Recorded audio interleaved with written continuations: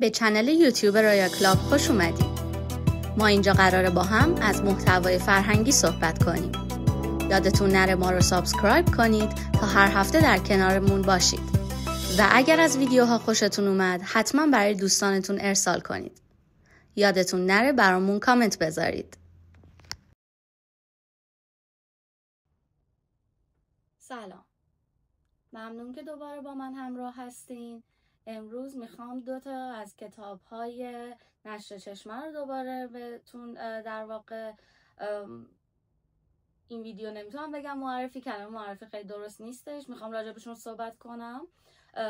به نام یکیش از مجموعه برج بابله به نام تفنگ برادرم و یکی از مجموعه هزار دستان که میشه مجموعه که توی این قطع میزنه ایرانی هایی که نشر چشمه میزنه به اسم پادشاه اندوه.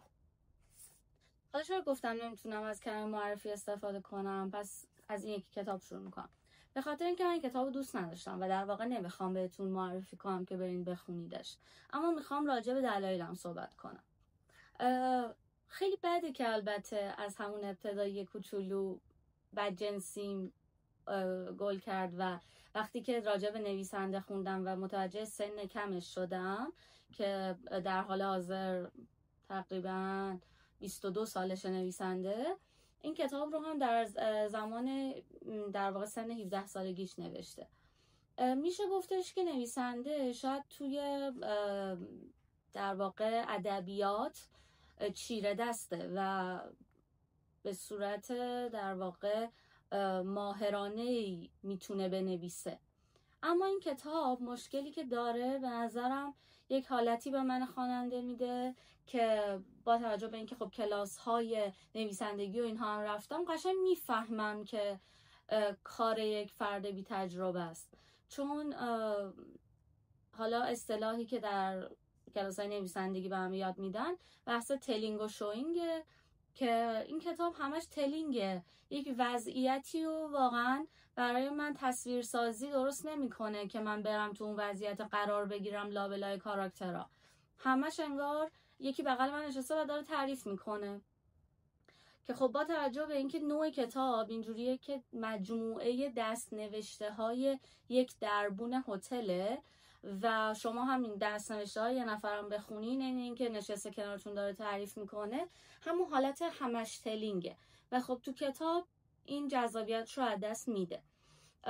و نکته بعدیش هم اینه که تمام کتاب انگار مجموعه گسترده ای از افکاره که حالت انگار یه نفر بالای منبر نشسته برامون داره موعظه میکنه، همش احساس کنی که همش داری موعظه میشنوی و این خب توی خیلی کتاب‌های بزرگ ادبیات هم وجود داره، اما خب سلیقه من نیست، باید قاطی بشه. یعنی من خیلی دوست دارم که یه کتاب رمانیو که میخونم 5 جاشو 10 جاشو هایلایت کنم اون حرف مهمی که زده رو، اما نه اینکه همشون باشه، از طرفی اونجوری هم نباشه که همش داستانی باشه که هیچی تهش به من اضافه نشده باشه. بنابراین افراد تو هر کدومش به نظرم میتونه کتاب رو نخواندنی بکنه برای ما. به همین دلیل من واقعا خیلی دوستش نداشتم. خط داستانی پررنگی نداشت، خط داستانیش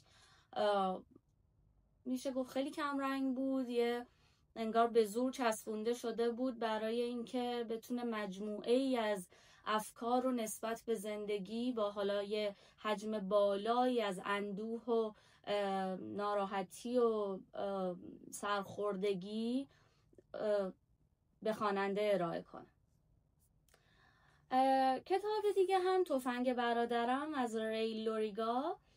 این کتاب رو دوست داشتم، حالا نمیگم از بهترین کتابایی بود که از برج بابل خوندم، اما در کل دوستش داشتم و به نظرم 2 نکته خیلی مهم داشت.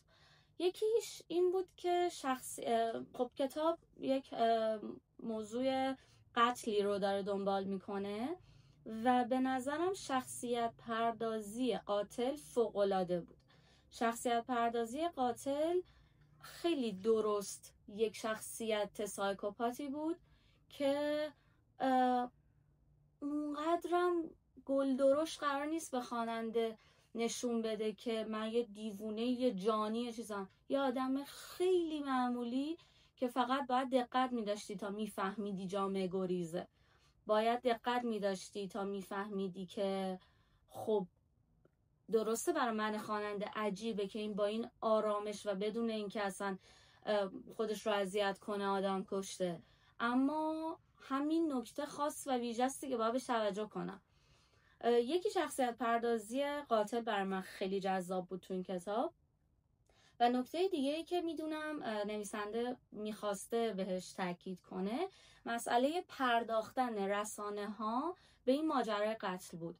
ماجرای قتلی که خیلی ساده اتفاق میفته، هیچ حاشیه عجیب و غریبی نداره، هیچ خصومت شخصی مطرح نیست، برنامه‌ریزی پشتش نیست و اصلا خیلی ساده است، شاید در حد یه تیتر یه خطی خبر باشه، اما از اونجایی که رسانه دنبال داستانه، دنبال حاشیه است، دنبال برنامه پر کردنه، نشون میده که چقدر شروع میکنن دروغ بافتن و دامن زدن به ماجرایی که اصلا حاشیه بهش میدن در حالی که اصلا اون شکلی نبوده. و خب اینم مسئله‌ایه که در جامعه ما باش مواجهیم و پرداختن این کتاب بهش به نظرم خیلی درست بود.